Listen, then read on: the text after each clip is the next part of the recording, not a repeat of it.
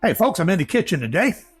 Many people have emailed me, phoned me, and asked me about a technique that I mentioned many times in chat groups, in emails, and that is what I call progressive homogenization.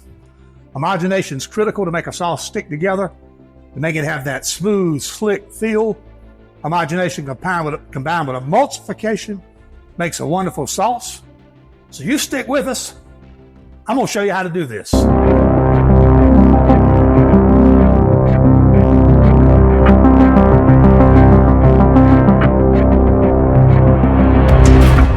Hey folks, this is Phil from Alabama Hot Sauce. That's alabamahotsauce.com on the web. I'm here today in my commercial kitchen, and we are finishing up a hot sauce. Now, what I'm going to talk about today is what can a very small producer with just a exceptionally good blender do to attempt to homogenize their hot sauce. Now, homogenization is a technique of reducing particle size first, very small, and to have all the ingredients in the sauce have that same particle size. So, this sauce that you see before you has been blended probably more than most any hot sauce blender would blend it. This stuff is smooth and silk. Now, it's got a lot of air in it. It's going to have to be degassed before it works properly. But I want to show you a little bit about how this technique that I call progressive homogenization works. And what I'm going to do is I'm going to use my Vitamix blender. We're going to constantly remove about 4 cups at a time of sauce, 8 cups at a time of sauce, and put them in the Vitamix. I'm then going to turn the Vitamix on high. Now what this does is it not only gets the maximum blade tip speed, which is good for colliding with the particles and breaking them up, but on high, it creates a downward pressure, which is evident when you look inside and see the clear vortex in this thing when it's blending. You can see all the way down and see the stainless steel blade.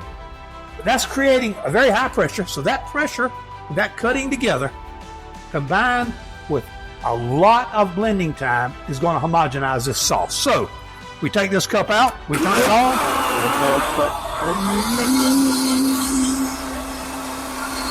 Now, I'm going to let this blend for several minutes.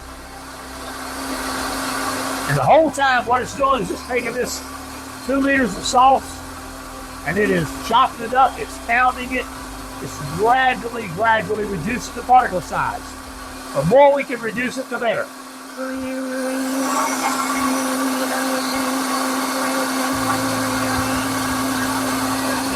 When you're grinding sauce or blending sauce, the color of it turns much lighter. That's the result of air being embedded into the sauce. Later, before we bottle it, pasteurize it and bottle it, we're going to remove that air from the sauce.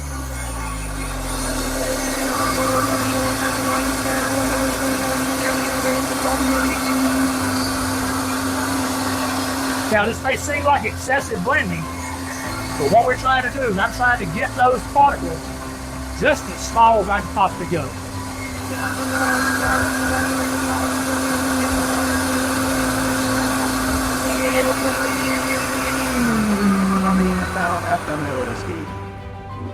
All right. We're now going to take this pitcher of sauce. You can see it's really expanded because it's full of air, and it's a little warmer because of the blending. And we're going to pour it back into that container. So what we've done is, on average, we've slightly reduced the particle size of the sauce that's in this entire container by grinding a portion of it. We then go in, take out 2 liters again,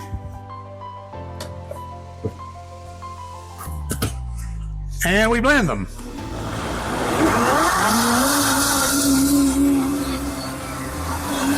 Now, imagine repeating this step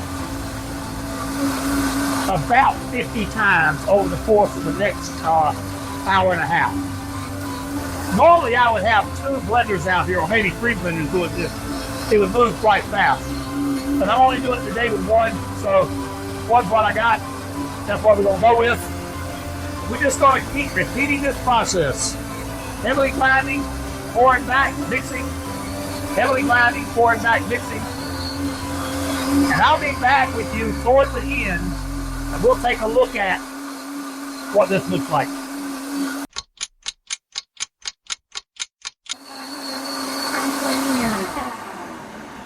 All right, folks, I'm back with you.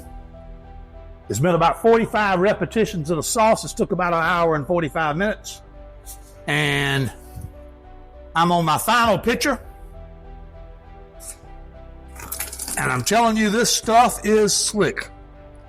Now, an homogenized material, homogenized by a purpose-built, super high-pressure homogenizing machine, would lower the particle size down to the 2 mil to 9 mil range, somewhere in that area, depending on how much you homogenized it. I've actually measured the size of the particles using an inexpensive little microscope and a scale, and this method gets it down to in the neighborhood of 35 to 45 mil range, which is not as homogenized as I would like it, but it's the best you can do without purpose-built equipment. If you look at this now, of course it's still loaded with air, you'll see this absolutely amazing, beautiful sauce.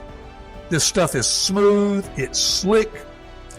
In the blending process, it was emulsified with a combination of a very small amount of mustard and xanthan gum.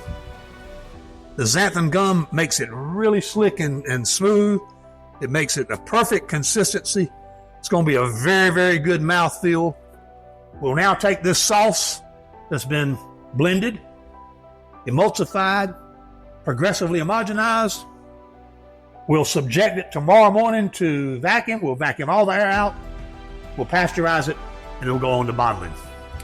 Folks, thank you for joining me for this little short video. I hope you learned something. If you have any questions, please leave them in the comments. I'd greatly appreciate it if you would subscribe to my channel. While you're there, give me a thumbs up. Subscribing and thumbs up tells YouTube that interest and satisfaction with my videos is growing. And in addition to that, while you're here, ring that bell. Ringing the bell notifies YouTube that they should send you a notice every single time I post new content. Once again, folks, thank you very much for watching this video. I hope you enjoyed it as much as I enjoyed making it. Progressive homogenization at Alabama Hot Sauce, and we'll see you next time. Hey folks, thank you for joining me. If you would, push the logo on the screen and subscribe to our channel. In addition, I've made a couple of video suggestions that I think you might enjoy. Press the links and give them a try. Again, thank you very much, and I'll see you next time.